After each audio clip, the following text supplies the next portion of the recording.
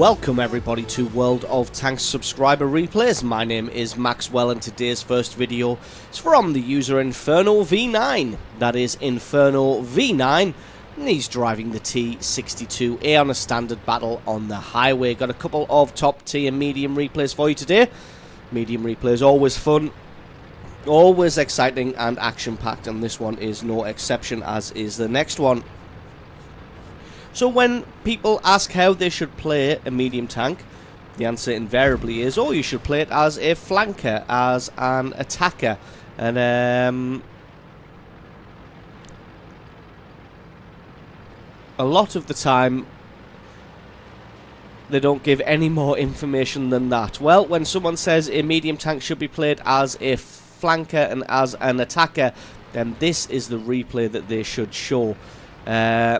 Inferno doesn't go ridiculously out of his way to make a circuitous route, doesn't put himself in harm's way, but plays the role of an attacker and a flanker absolutely perfectly. So we're into the replay itself. We can see that he's gotten himself into the northern location pretty quickly, taken up an advanced spot, although you can see he's not leaving himself out in the open in order to spot the enemy tanks as they come in.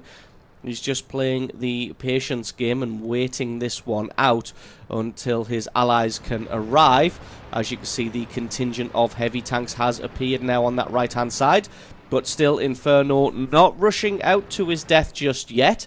Playing this one very cool and very calm, just waiting for the IS-7 to get whittled down a little bit. IS-7's a fairly fast heavy tank, so Inferno just figuring that there's got to be some more coming. There we go, there's an E-100 and a T-57 heavy. Still Inferno showing some great discipline, not charging forward just yet.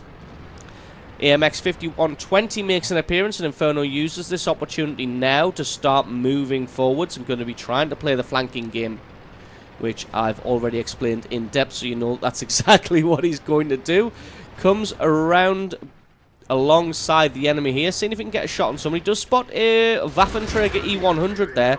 Takes a shot from an E-100. Not sure where that shot came from. E-100 obviously not got the large cannon on that, or he is firing HE rounds.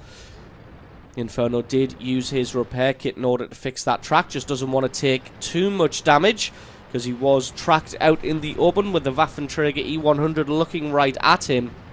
With those guys dealt with now, uses this opportunity to make his move. Can say that there's an IS-7 and an AMX 5120 in this location, and I'm pretty sure both of them have no idea that Inferno is here.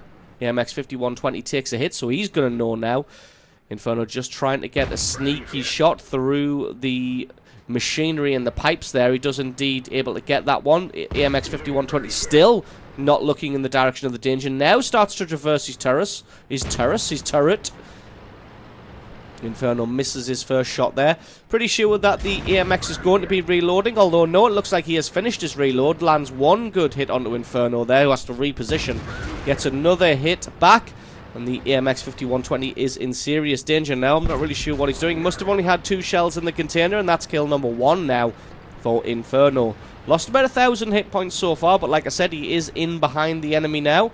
Going to move up and try and catch the IS-7 off guard. Elects to save his shot for the IS-7, so it's always better to get a gun out of the game as quickly as possible rather than working down the E-100. Can do that at his leisure, which indeed he is going to do now. Going to focus in, try to take out his drive wheel. That was a lovely shot. Didn't do any damage, but able to track the E-100.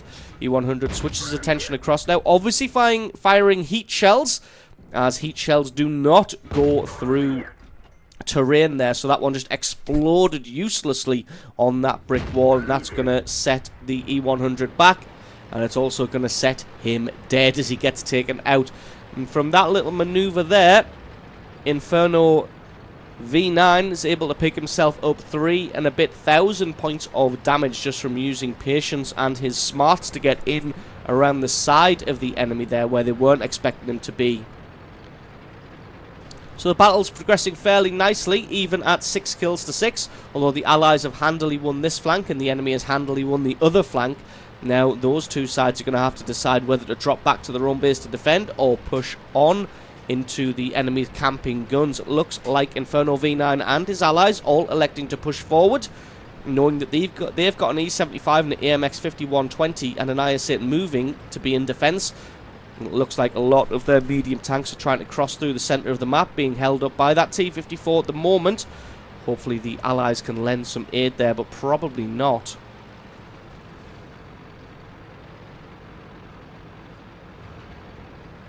So everybody rushing forwards now. Got to be careful because, like, yep, there he is. I was going to say there is an E100 in the area, as he did take out Inferno's tracks earlier.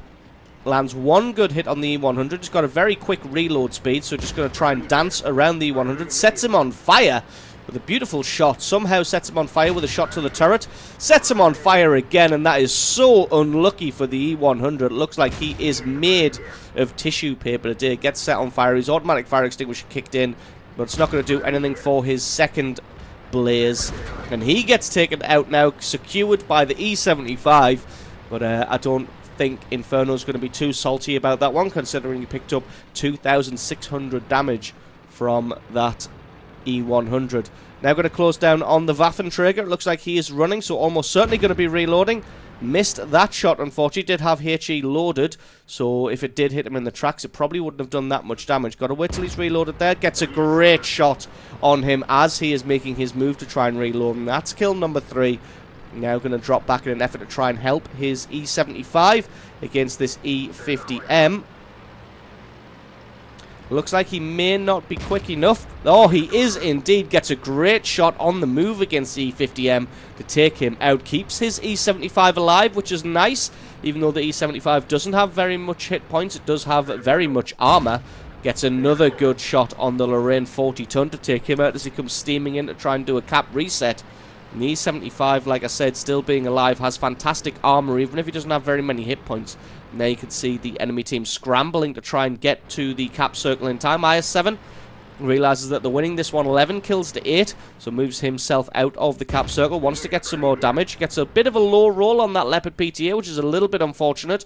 Now we can focus down on the FV-183. Switches across to the Type 61 as he's got much less hit points. Takes him out. That's kill number 6, a well-deserved Top Gun medal. Now it's going to be a case of trying to take out the FV-183 behind the house. He's out of standard ammunition now, so he's having to switch across to heat. Does demolish the house, and now he's going to try and land a shot in the fog of war. Not sure if that one hit. It didn't look like it exploded on the ground, and it's well within render distance, so that one almost certainly hit the FV. That one probably did as well. Now I'm going to try and close him down. There is still an E75. He was last spotted in the very north section of the map on the 1 line. You can guarantee that he has probably fallen back now in an effort to try and fight back-to-back with this FV-183. Still playing it a little bit carefully, as the FV does have the ridiculous cannon. And Inferno only has 888 hit points left, so one shot from that guy is going to end his glorious game. Going to wait till his allies get a little bit closer. Got an E75 closing in from the north along with an IS-8. IS-8's a pretty speedy tank, and the E75 can hold a good turn of speed when it gets up to full speed. FV still dropping back, lands a great shot through his side armor. He gets taken out by the Waffenträger. Now it's going to be a case of closing down on this E75. He is the last one left. Everybody just going to close the net around him now. E75 starts to make a run, going to try and take out his counterpart. Not really sure what he's going to be able to achieve here, but he needs to isolate himself and take on as few enemies as possible. But it looks like he's given up now. Nope, still turning his turret, just traversing it around his body there. Inferno lands one good hit onto him. Can somebody else get the kill, or will Inferno be able to grab this one? Looks like the IS-8 takes it, but it doesn't matter because Inferno V9 has had an awesome game with a huge 6 kills, 7,500 points of damage. Almost certainly going to be higher than that number thanks to the couple of shots I'm almost certain he landed in the fog of war blind there. So awesome replay from you. Thank you very much for sending that one in. Don't forget to stick around because as always there's another game coming right up.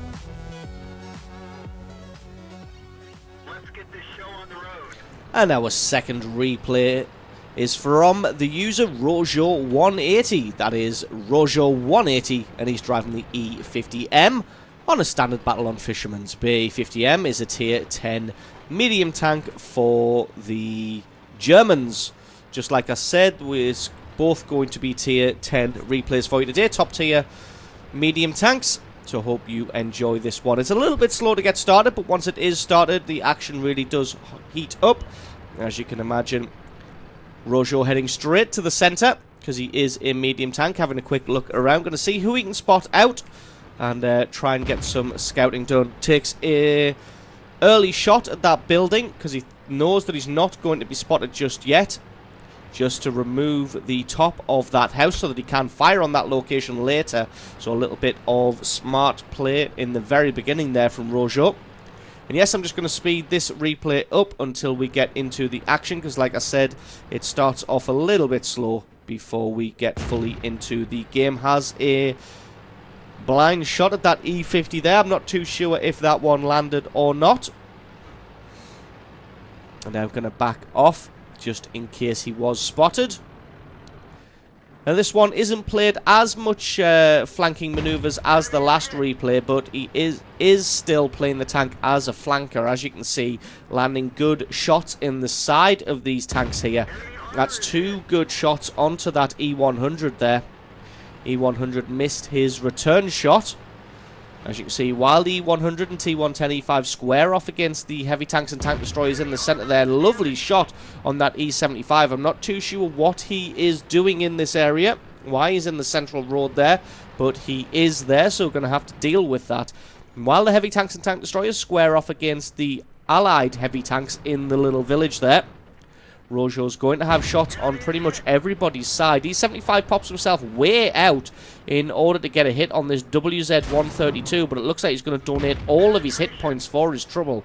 Landed a great shot back on the E75 as he decided to back off. WZ-132 still alive. He's bounced a couple of hits so far. Rojo, that is, not the WZ. Just going to focus in and try and get a shot. Missed the shot on the E100, but landed a good shot on the T110E4 there in the background. Getting a lovely bit of damage onto him. Looks like his counterpart in the other E50M is going to be cresting the hill there. Just plants that one in the dirt, but it's enough to scare off the E50M. They're going to have to play this one fairly quickly, because as you can see, oh, lovely shot on the side of the turret there. Bounces another shot from someone, just having a quick look to see whereabouts that one bounced. But as you can see, while they are pretty much pushing very strongly on the right-hand flank, they are getting a little bit overrun on the left-hand flank. Only got that Waffenträger E100 and that Waffenträger Panzer IV. You can see they have a good contingent of light and medium tanks over there, with some tank destroyers in the background who are going to be able to do some serious damage if the allies aren't careful. Rojo knows that this is going to have to get done quickly, so pushes forwards. Trying to get a shot on this Object 268, but it looks like he just about stopped short. Doesn't want to advance too far forwards, as there may be some guns in the background there. He has already bounced a shot from something, so there is somebody over here. Could be the Tortoise or the other E50. Does find the Tortoise now. I'm not really sure why he's so far back. Looks like he does have shots on someone though, as he has just fired his cannon, and Rojo gets a nice shot through his side armor. Haven't seen his 6th sense go off yet, so he hasn't been spotted. Unfortunately, the Tortoise just fades away before Rojo is able to land a shot on his weak spot, as does the Object 268. Not sure if that one landed, because the Object 268, I'm pretty sure, was backing up as he took that shot. So he may have just been able to dodge that one. Is able to focus down nicely on the Tortoise's weak spot. Lands another good bit of damage.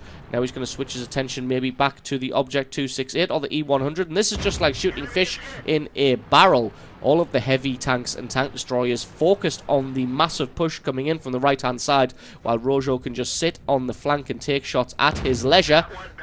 Unfortunately, just bounced the side of the E100's turret as he was straightening that one up there. He is unfortunately behind a house right now, so maybe going to have to switch his attention back to that Tortoise.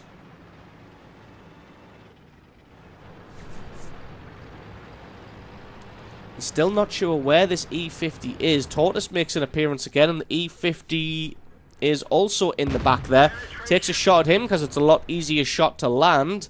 Not really sure. Ah, there we go. Tortoise is kind of hidden by the building, but it looks like he might just be able to pick out his weak spot. He is indeed. Picks up his first kill now over the match at 4,500 points of damage. Can he get another kill pretty quickly on the E50? He can indeed. Gets that one straight through the side armor. Picks up kill number 2. and hopefully the kills are going to start flowing for him now. The Allies have overrun the right flank very strongly now. Finds a Jagdpanzer E100, making a daylight charge across the minefield, straight down the centre of the map, but there's nobody really in the area to oppose him. Backs up a little bit. Rojo going to try and get a shot to take out his track. Not quite able to get his tracks taken off, but is able to get into cover in time. Maybe going to try and have a shot at this 1390. Trying to track him. He is moving fast. Lands a beautiful shot on the AMX 1390 to pick up kill number 3. Now he's going to have a look at this Leopard 1. Looks like he is in cover behind the dip in the terrain. Got to be careful of this Jagdpanzer E100. If he pops himself out too far, that Jagdpanzer could be ready to blow him to pieces. E50M is making a move, dropping back in order to try and stall the Allied team. Jagdpanzer E100 takes out his counterpart, T-54, in the area. Gets a great shot on him to take him out and picks up kill number 4 now.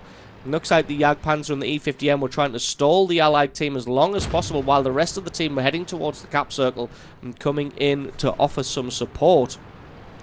Looks like that Jagdtiger will not be deterred and he's still heading for that cap circle. But Rojo's got to be careful of the E50M. He can't really make too much of a charge towards his own base. Trying to get a shot on the E50M. Takes that one a little bit early and just misses that one. But it looks like the E100 takes his shot and obliterates the enemy E50M now. Unfortunately, just lands a 0 damage critical, but somebody else lands a huge amount of damage onto the Leopard 1. And Rojo going to be charging in now. He's got to get through the Leopard 1 and try and find the Tiger.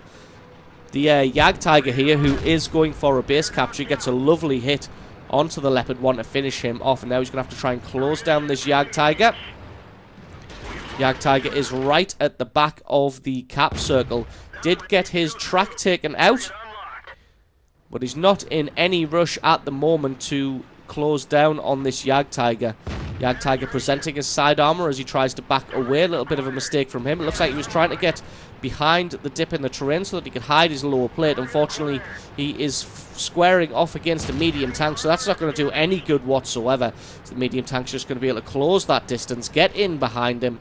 Now it's just going to be a case of take him out at his leisure. There's no way the Jagdtiger can outmaneuver him. And he is taken out. Only 2 tanks left now in the form of that Waffenträger E100 and that FV3805. Waffenträger is still camping in the 1-2 line. It's going to be a case of moving in and trying to close him down. He has got himself 3 kills. It'll be interesting to see how much damage he's done from that position, because I'm fairly sure he probably hasn't moved from there all game. Almost certainly that is where the artillery is going to be as well. Rojo 180 only got 1 standard round left. Does spot out both of the enemies here. Spots out the artillery and the Waffenträger, both on low hit points. It would be nice if Rojo could pick up at least one of them for a Top Gun medal. Just like that. That's kill number 6 and a well-deserved Top Gun medal. Now it's just the artillery he has to take out. Gonna try and close him down. Maybe go in for the ram, but it looks like the 121 takes him away instead, and that is GG and the victory. So absolutely awesome game there from Rojo 180, showing his skills in the E50M with his flanking maneuvers in the center there, and then heading back to defend the base, picking himself up a massive 7,500 points of damage. Again, that's probably going to be a higher number thanks to the shots that he landed blind in the fog of war, and picking up 6 kills. So awesome replay from you. Thank you very much for sending that one in. Don't forget, guys, if you've got yourself a great replay, then please send that into replay@screenreality.com. The link for that is in the description. Just attach the replay file itself or the link to the What Replay website to the email, and I can check that one out for you. Now don't forget, if you enjoyed this video, you found it useful, informative, you enjoyed it, or you learned something, think about hitting that subscribe button, because there's a lot more World of Tanks content on this channel. I have been Maxwell, this has been World of Tanks, and I will catch you guys next time.